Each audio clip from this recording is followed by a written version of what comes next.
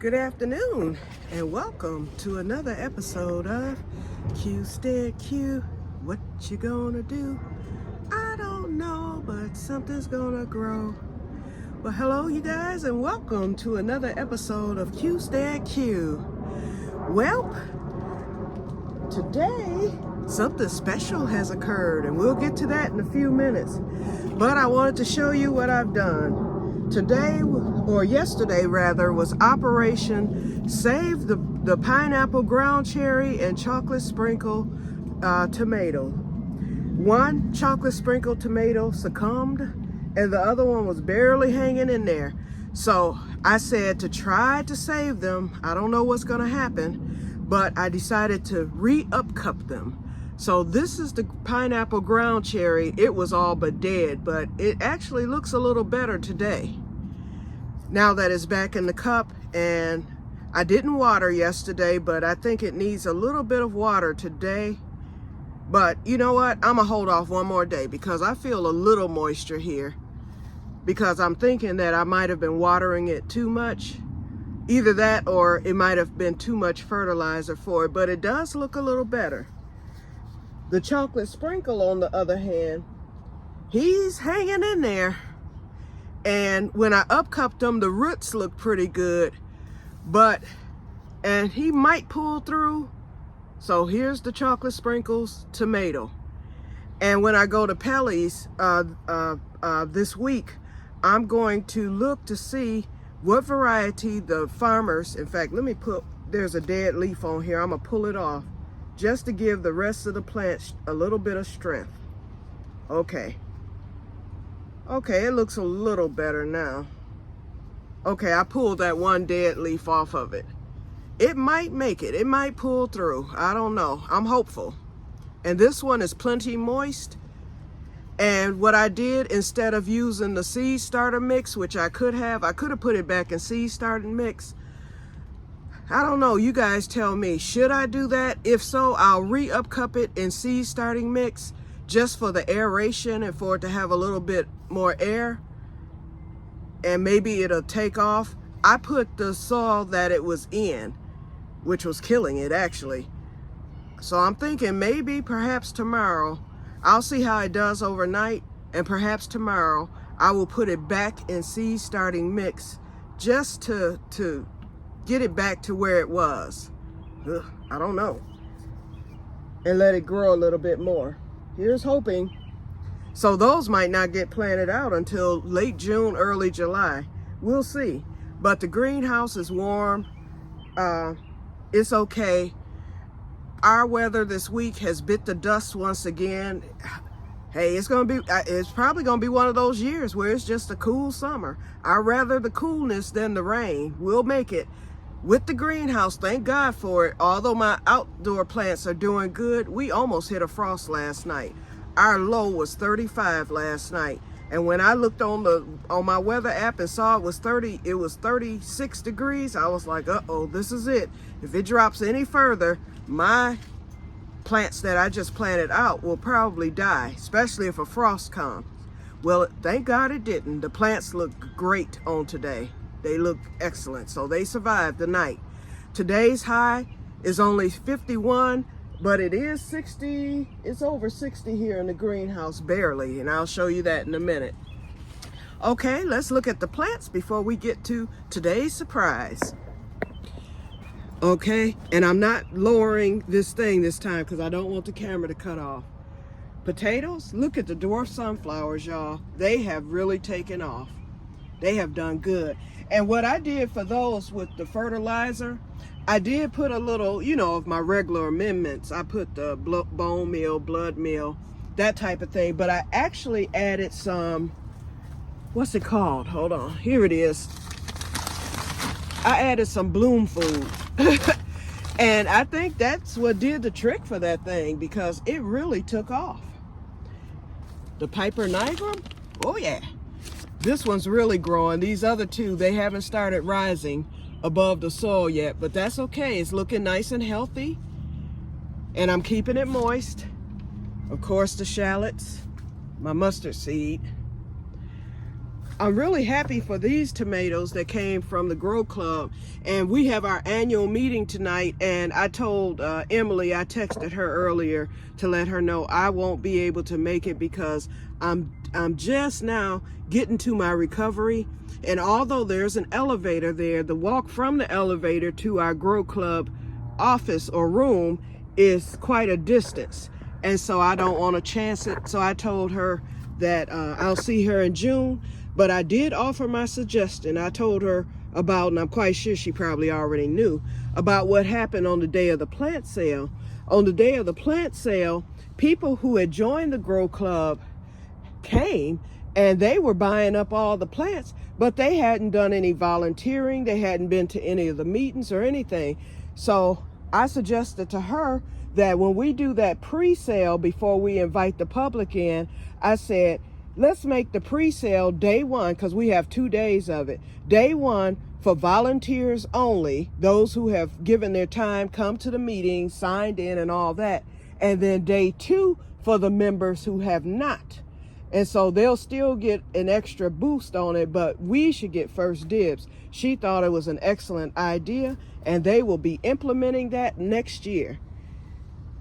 Now, my black cherry tomato has taken off. You know, I lost the one because I planted 2. And I actually gave Sherry the 2 better ones. But that one is starting to flourish now. He's thriving. See? So I don't think I have to re-upcup him. And the perennial red ground cherry is still hanging in there. Now this should be upcupped, but it's doing really, really well. So I'm gonna leave him as he stands, because ground cherries will take off on you. They can be small and all of a sudden when they take off, they take off. So once the heat hits again, it will be strong enough because it's a heat tolerant plant. The basil is starting to take off. My squash. Now, I'm not really kind of liking these peppers over here, but I put my least important over here. So now the candy cane, I have 3 of those. So it's doing pretty good over here. And the corno di torno is all right. All of them are okay. They're alive, but they're not looking as good as my peppers over here. But these are my good ones. So the paprika, oh yeah. Let's see, the orange shishito is looking good back there. Jimmy Nardellos are hanging in there. And then the candy cane up here, and there's another one somewhere that's doing good. Peppadew is doing good. The shishitos that I got from the Grow Club, and the Aju du Soleil, woohoo! That's the one I want to try. My Nata Pino is doing good. And then my, let's see, I think that's it. Okay. Still no signs of my new wax beans yet, but they'll be here. Oh, wait a minute. I lied. Here we go. One is coming up. Okay, I think that's a wax bean coming up. We'll see. But anyway, I expect to see those hopefully by the weekend, but you know, it's cool. So I don't know. It's gonna take a while, but the bush beans are looking good. Potatoes, I am just amazed. And they're still coming up because, you know, I have the bottom ones that still need to make their appearance. My potatoes up front are looking excellent. I think I'm gonna get them this year, y'all, finally, with that muriate of potash. Okay, my diva cucumber is thriving. My other banana pepper is doing good. Both of those. That one died. The okra's hanging in there, and it's starting to develop new leaves. As you can see, a baby leaf on that one and that one. That's the jambalaya. I've never been successful with growing jambalaya okra. Hopefully this will be the year. And the white okra is hanging in there. True leaves are starting to come in. Look at here, y'all. Look at here. Woohoo! I will get at least 1 strawberry this year. And this thing is 5 years old, this plant. It never really produces runners or anything. I've just had it for like 5 years. So I might buy some more this year because the ones Emily gave me, the rooted ones, one came up, but the rest of them haven't done anything. So I think I'm gonna just buy some this year. I'll buy some pink strawberries if they have them at Pelly's. Okay, the potatoes over here, they're still coming up, as you can see. So I'm thankful. I didn't put as many in here. They're russets, but they're coming up. Now my pigeon pea, I'm noticing a dead leaf down there. But all in all, the pigeon peas are doing good, including the one in the African keyhole garden. And as you know, my loofah died. Greens are doing excellent. They're doing really good. Okay, and I'm thinking about taking, now, Francis is doing really good. The other Francis isn't. I'm gonna keep this one because y'all know I'm gonna be buying at least 3 more of these French tarragons. The healthy one right here, he is thriving. He's been cut and he's growing again. This is the one that will be going to Diana. And Michael the Mojito. Okay, let's keep it moving. And of course, I think you've seen the potatoes here. Okay, now on to the surprise. I got a mail call on today, and the mail call came from Renee. So for those of you who are new here, because I see I have a few new members or a few new subscribers, check out Renee's Garden Adventures. You will see the adventures of Tails, Hardshell Louie, Chunky the bunny rabbit, all the birds. She has a woodpecker over there. Now I'm stuck with critters that are just annoying. Her critters have been embraced, although she fights with Tails, but Tails is learning the way of the West, because she lives in the West. So anyway, go and check out Renee's Garden Adventures. Okay, so here's the mail call. And Renee, I got a chuckle. When the mailman delivered this, I was like, this box looks familiar. It's the same box that I sent her a couple of weeks ago. So guess what, Diana? Oh, we're sticking it to the man. The U.S. Postal Service, they're going to be like, okay, how many times is this box going to go through from state to state? Well, next stop, back to Virginia. Because I'm using this to mail off the French tarragon. And I'm hoping to be able to get a second one for you. I think I can get 2 of them in this box. Easily, I think I can get 2 of them. She even sent the paper back. But anyway, I opened it because, Renee, you packed this. When I say you packed this box, you taped it took me 15 minutes to get that tape off. But I was careful because I did not know what was in the box. I was like, okay, she could have sent a plant. I don't know. She might have sent a native plant, anything. And it could be fragile, although it didn't say fragile, but still, you know, it could have been anything. And so, and it was heavy. And because the box was heavy, I said, I better be careful with this. So I was real careful with it. Otherwise, girl, I would have ripped that tape, okay? It would have been open in 5 minutes as opposed to 15. But I took my time and I snipped and all that. So anyway, here we go. And, oh, so since Renee sent the mail, you know she has her special song for when she gets mail calls that I have stolen. And I sing it every time I get a mail call. So sing with me. Ready? 1 and a 2. It's mail call. It's mail call. Look what I got in the mail today. It's mail call. It's mail call. I'm so happy today. Let's see what's in the mail call. Girl, wait a minute. I thought that it was fragile, like I just said a few minutes ago. I said it could be something fragile. It's not anything fragile, but it was for something that's fragile, and y'all know what I'm talking about. Those of you who know me and know that I have no filter and full of TMI, the Tata. Listen, y'all, I don't know what's going on, but the soap that I have used for the past 25 years is no longer on the shelves here in Michigan. I can't find it anywhere. And then when I searched for it online, it was astronomically priced. And I said, perhaps they quit selling this soap. Well, recently, just the other day, I saw where our local Kroger has it, and that's a little ways from me, but I'm gonna go and see if there's still any left there, because people are, I guess wherever it is, some still left, people are buying it. Okay, so hopefully I'll find it. Otherwise, in fact, in every store, I've gone to Myers, I've gone to Target, I've gone to Walmart.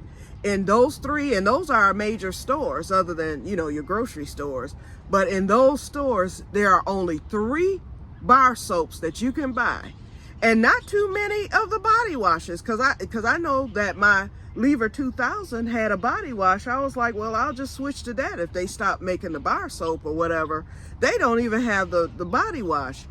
So when I looked at the other body washes, just these same 3. That's it. And I'm like, what's going on with the soap?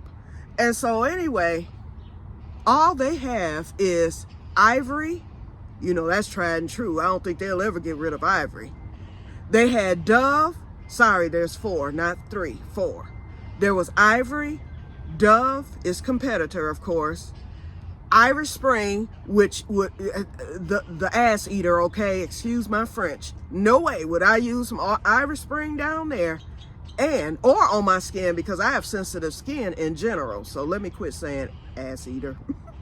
Okay, and the 4th one was Dial, another eater. Okay, so I'm like, golly, and every one of them were antibacterial. So I was like, well, if it's a choice between the 4, I would probably go with the Dial, you know, and pray, you know, get some Desitin and everything else to try to combat whatever damage these soaps could do. And of course, you have your Aveeno, you have your Castile soap, I saw that, you know, your Kirk, but those soaps are so expensive. You are going to pay at least $8 to $10 for just 1 bar. You're going to pay about $15 for the package of 3, at least here in Michigan. I don't know how it is everywhere else, so I'm like, I'm not doing that. Especially for those, you know, sensitive skin soaps. I like Aveeno, and I do have a few bars of Aveeno that I've had from the past where I've had to use it due to skin irritation. And so, but Renee, with you getting this Lever 2000, that's what my mail call was. Thank you. I don't know how you found it, but thank you, because you have extended me, because I had just opened my last bar. So that last bar is going to last me a little bit, at least a couple of weeks. And so I now have 8 more bars, which will probably get me through a few months here, that will let me know to find out whether or not they quit making this, or it may appear. That happened to me before with my deodorant. The deodorant that I used, this was about maybe 4 years ago. It disappeared off of all shelves. I couldn't find it. But fortunately, because I'm a prepper, I had stocked up on my deodorant. In fact, I had stocked up on my Lever 2000. That was part of my preps. But got complacent and decided, oh, I may as well just use the soap. I can always find Lever 2000. And I thought the same with the deodorant. But I had enough deodorant to tide me through, because all of a sudden, about 3 months later, my deodorant appeared again. And I said, never again will I be caught with my pants down. And wouldn't you know, caught with my pants down again with the Lever 2000, being complacent. So if this hits again, believe me, Que-stead-Que will be buying it up every time I go to the store. I will just buy it and just stock it up and keep it. Just like I'm doing with my deodorant. I usually buy 2 a month. And so my cabinet is full of my deodorant now. That's important with preps, you guys. If anything happened, you want a way to be able to stay clean, because that will keep disease down and everything else, okay? So therefore, thank you, Renee. Thank you. This is so appreciated. You just don't know. You saved it, okay? Everything is just wonderful. I am so happy. It was like Christmas. When I opened that box and saw that, I was like, oh, thank you, God, thank you. I was thanking Jesus, thanking Renee, I thank everybody, okay? Thank you, Lever 2000. Okay. All right, so we're going to put it back in the box, and this is going on the shelf. I'm going to continue to use that last bar. And I said what I'm going to do if I don't find any more Lever 2000 between now and, before I said I'm going to have to test out, just in case, I'm going to have to test out the dial. So I will do that. So I'm gonna buy, a bar of it, because they sell it one bar. You can buy a pack of 3, all the way up to 24 bars. So I'm not gonna buy 24, but I'm gonna buy a pack of 3 or 2, and I'm gonna switch on and see what it does. And if I don't have any skin problems, and I'm thinking, because I did in the store, I was reading the ingredients, and because it's antibacterial, it did say it was gentler on the skin and all that stuff. So I'm hoping that perhaps throughout the years, because I probably was a kid the last time dial was used on this skin, okay? And I broke out and everything else. So it's been a long time. So hopefully they've changed the ingredients enough to where I can tolerate it. We shall see. And I will continue to look for the Lever 2000. But thank you, Renee. You put me you put me back in front of the 8 ball, because I was behind it. For sure. Okay, thank you.